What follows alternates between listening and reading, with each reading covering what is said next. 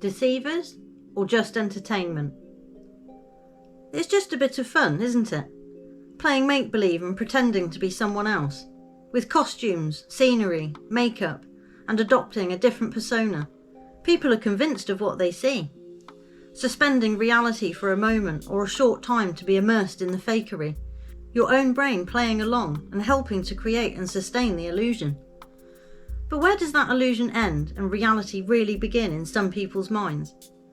It's been noted for years how some people struggle to separate the two, often thinking about soap operas and storylines as if they were real, thinking about the characters as if they are real, and often taking influence from these constructed lives to learn about their own. Not always in a good way. Don't get me wrong, people don't need to watch constant drama to become it. Some people are genuinely a whirlwind of instances they create and cannot manage effectively, and mayhem usually follows. But the television portrayal of it is a constant and exaggerated version of that. Following soap operas, though, came the boom in reality TV. Big Brother, aptly named, popped up at a turning point, with others quickly following. It must have been realised by the behaviour department that although people could be manipulated and influenced with completely fictional characters, pretending those fictional characters are real people was an interesting twist, and one which was obviously of benefit. And that's where I realised that's what we had anyway. The people now deemed celebrities have been paraded here and there for quite some time, where apparently we are shown moments in their lives, their ups and downs, romances and disasters, etc. off screen, revealing things from behind the scenes and closed doors, as if you are being allowed to glimpse their real world, making them the soap opera when acting, then reality TV when not. Which leads me to one actor in particular, who has stood out recently more than most for his apparent revealing of his issues surrounding his career and thought process towards the system of entertainment.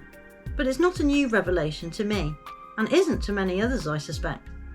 What he thinks he is revealing, though, is to tell us how the person we think is the actor is also a role being played. Where I had to kind of chuckle and think, no shit, Sherlock. Scripted and contrived for purpose and effect, as they all are. But that particular actor, Jim Carrey, has an interesting catalogue behind him, much of which I have enjoyed, I shall admit, because there is something else there, beyond the zany expressions and overdone presentation, which is what made him seem like a character for the longest time anyway. Some of the films seem to display an extra tone to them. The Mask, Cable Guy, Batman Forever, Liar Liar, Truman Show. Some of the others have things too, but those are a little trailed towards the persona for title of them and content. And the first one being a strange concept, of a mask you put on, with it having its own life force and personality, taking you over and being all the things you ever wanted to be. Seems like a possible analogy for AI, or what they have now called your avatar, an online personality you create and nurture to show the online world what you want to be, hoping that maybe you will become it in real life, but not noticing how you become more and more part of the virtual existence, because that is where you can be the you that you think you are. But is it you?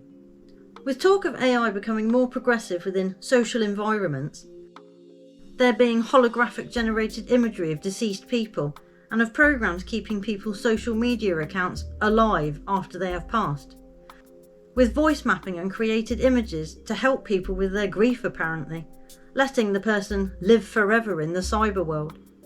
Might sound advanced to some, but it sounds downright creepy to me, as if they are slowly erasing the real identities and lives of people, wanting them to be fully in a system, whether you are dead or alive.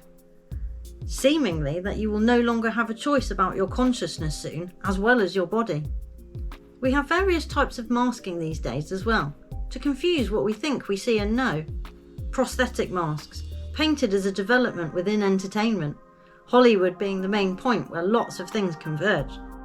But we know that if there are creations that would easily trick the eyes, then all sorts of agencies would have been employing them, way before entertainment. If something becomes public knowledge, then it has been around for more than an age. Information has been controlled for the longest time, since they worked out to open a patent office, to intercept all the ideas and inventions that creatively flow through people. And that leads to a very bottlenecked version of what should be, and I guess I would call it a masked reality. Things feel stunted and held back, because they are. As if all you have to do is open the gate and everything can get through together and spread out and grow naturally.